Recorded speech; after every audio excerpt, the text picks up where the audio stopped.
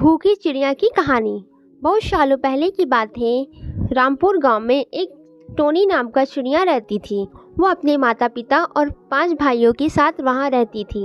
वो बहुत नाजुक सी प्यारी सी चिड़िया थी और उसके पंख बहुत कोमल थे। टोनी चिड़िया नदी के पास एक घोंसले में रहती थी।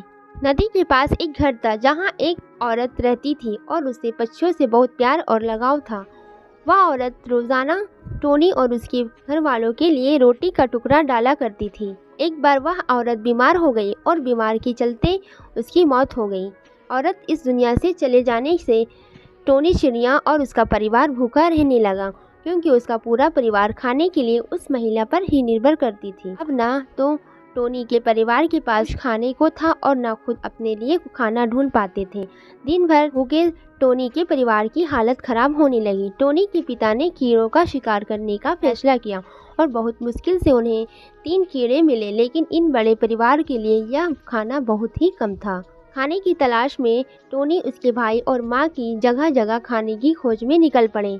घर की खिड़की के पास टोनी की माँ ने अपनी चोंच से उस खिड़की के पास जाकर खिड़की खोलना चाहा तो वहाँ भी कुछ खाने को भी मिला, बल्कि उस मकान के मालिक ने गुस्से में आकर उन पर राख फेंक दिया, जिससे टोनी की माँ, उसके भाई और वह खुद खाकी रंग के हो गए।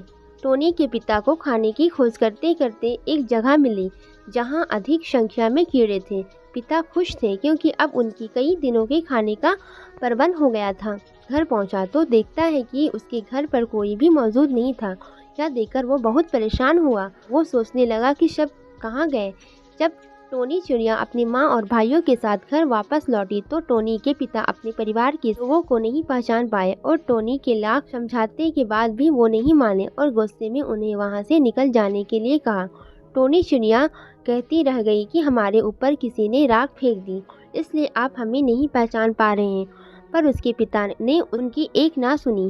पिता को समझाकर अब सब निराश हो चुके और हार मान चुके थे, लेकिन टोनी चिड़िया ने हार नहीं मानी। वो अपनी माँ और भाइयों को तालाब लेकर गई और पानी में जाकर नहाने के लिए हुआ, जिससे उनके शरीर पर लगी राख साफ हो गई और सब अपने पहले रूप में वापस आ गए। टोनी के पिता को अपने किए का पछतावा हुआ और उन्होंने टोनी और उसकी माँ और अन्य बच्चों को माफ़ी मांगी। इस कहानी से यह सीख मिलती है कि यदि हमेशा दूसरों पर निर्भर रहेंगे तो आने वाले आपको कठिनाई का सामना करना पड़ता है। अगर हमारी स्टोरी पसंद आए तो उसे लाइक करें और मेरे चैनल को सब्सक्राइब करें और आगे भी शेयर करें। Thanks for watching.